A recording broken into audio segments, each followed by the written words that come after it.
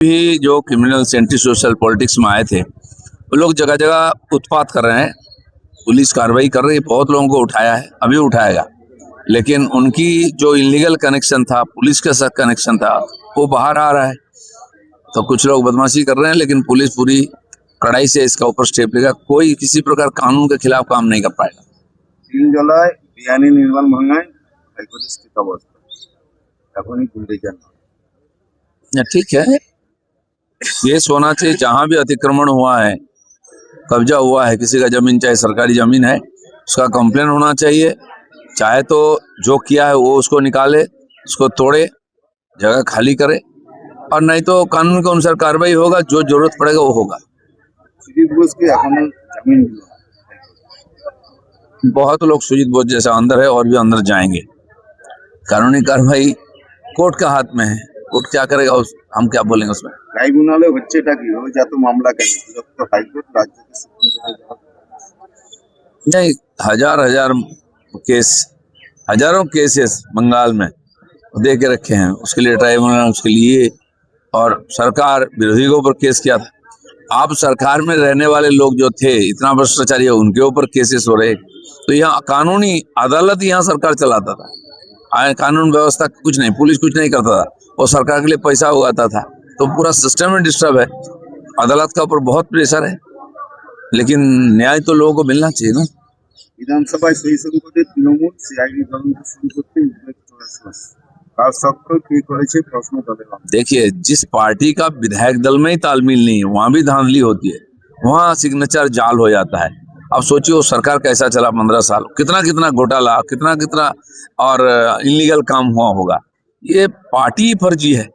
सारे नेता मंत्री IAS IPS भी फर्जी निकले।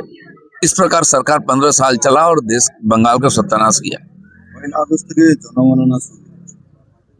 पिछले साल जून में देश में शुरू हुआ था सेंसस। बंगाल में जो चिट्ठी आई थी उसको दबा के रखा था। यहाँ का सरकार TMC को अनुमति नहीं दी थी।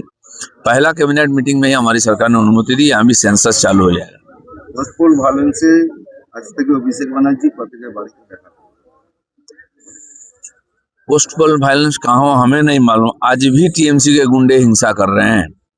इसलिए अभिषेक बनर्जी अपना घर वार संपत्ति संभाले। पार्टी नहीं है, उनका कार्यकर्ता बोलने से गुंडा है।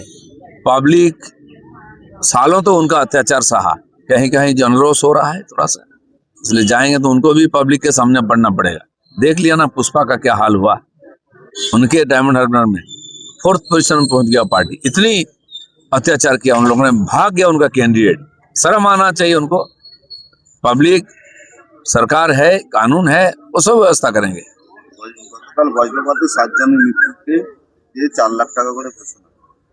ठीक है, अभी प्रकृति का रोष है। इतनी गर्मी चल रही थी तो बारिश हुआ, उसमें बिजली भी गिरी है, लोगों की मौतें हुई है। सरकार ने मुआवजा घोषणा कर दिया है तुरंत।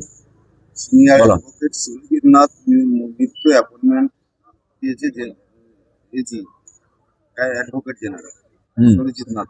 हाँ, सॉरी दीजिए। নাথ সুরজিৎ নাথ हाँ, অ্যাডভোকেট জেনারেল। घोषणा हो चुका। ठीक है ना, सरकार आया, सरकार अपने ढंग से तो नियोग करेगा सबका। বাংলাদেশ অনুপ্রবেশকারীদের বর্ডার পার করানো। अभी जो घुसपैठिया हैं खुद अपने आप बांग्लादेश जा रहे हैं, लेकिन वो 1000, 2000, 5000 होने वाले नहीं, लाखों की संख्या में रोज निकालना पड़ेगा। तब यहाँ जो करोड़ों की संख्या में घुसपैठिया हैं वो यहाँ से निकलेंगे। यहाँ की सारी सरकारी सुविधाएं, योजना का सब सुविधा वो ले रहे हैं। कानून व्यवस्था का जो समस्या वही खड़ा करते हैं, और इसको साफ करना पड़ेगा, तब यहाँ बंगाल में भी शांति होगा। গোপী বল্লভপুরে তৃণমূল নেতাকে গুলি করেছে। कुछ जगह TMC का आपसी झगड़ा है, सारा एंटी सोशल है, हथियार लेके घूमते हैं। अभी तक हमारे लोगों को मार रहे थे, आपस में मारपीट हो रही है, तो इसलिए पुलिस इसका पूरा कार्रवाई